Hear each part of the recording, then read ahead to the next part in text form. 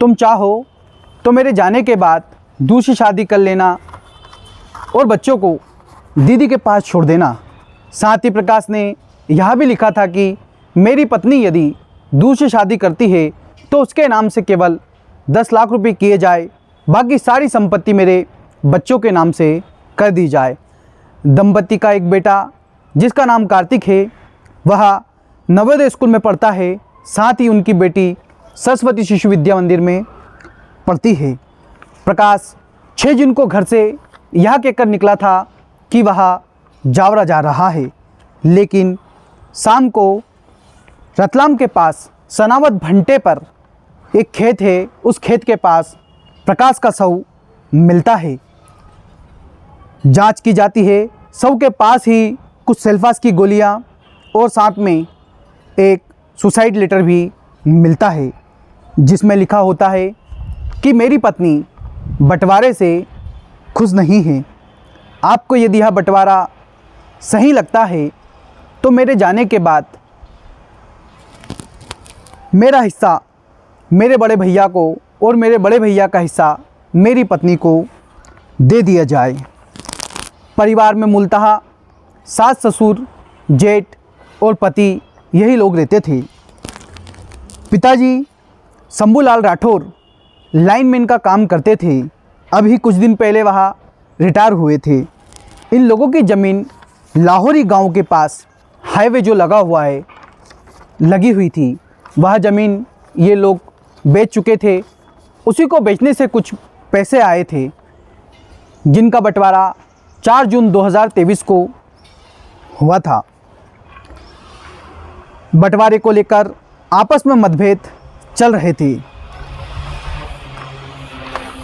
दिनांक 23 दिसंबर 2023 को ढोंडर में शनिवार के दिन उस समय मातम छा गया जब जेठ ने छोटे भाई की पत्नी को पहले तो रोड से मारा, इसके बाद पेट्रोल जलाकर जिंदा जला दिया। महिला दौड़कर घर से बाहर निकली और मदद मांगने लगी, इधर उधर मदद मांगने लगी, लेकिन जो आरोपी जेठ था वह हाथ में रोड लेकर खड़ा था और देख रहा था कि कौन इसकी मदद करने के लिए आता है। आरोपी के डर से कोई भी व्यक्ति मदद के लिए सामने नहीं आया और अंत में जाकर उस महिला ने दम तोड़ दिया। पुलिस बुलाई गई, आरोपी वहां से भाग गया, लेकिन अंततः आरोपी को गिरफ्तार कर लिया गया। गिरफ्तार करने के बाद अब तक की जांच में कुछ तथ्य सामने निकल कर आए हैं। आरोपी का कहना है कि जो छोटे भाई की मौत की जिम्मेदार है वह उसकी पत्नी है। आरोपी ने पूछताछ में कहा कि बहू निर्मला जिसकी उम्र 33 वर्ष है, उसी के कारण छोटे भाई प्रकाश ने आत्महत्या की है। आरोपी ने बहू के ऊपर उसकी चरित्र शंका का आरोप लगाया है। आरोपी कहता है कि गांव का ही एक जूता व्यवसायी है जिसके यहाँ बहू का आना जाना लगा रहता है। इन दोनों ने मिलकर ही मेरे भाई प्रकाश की हत्या की है। साथियों, आगे भी जांच जारी है, लेकिन आरोपी जेठ का जो नाम है वह है सुरेश राठौर। घर की कलाएं धीरे धीरे कब बढ़ जाती है, संपत्ति बंटवारा कब बढ़ जाता है कि ऐसी प्रायः दुर्घटनाएं हमें देखने को मिलती है। ऐसी दुर्घटनाएं मनुष्य को, मानव समाज को शर्मसार करती है। संपत्ति बंटवारे को लेकर कई परिवार बर्बाद हो जाते हैं।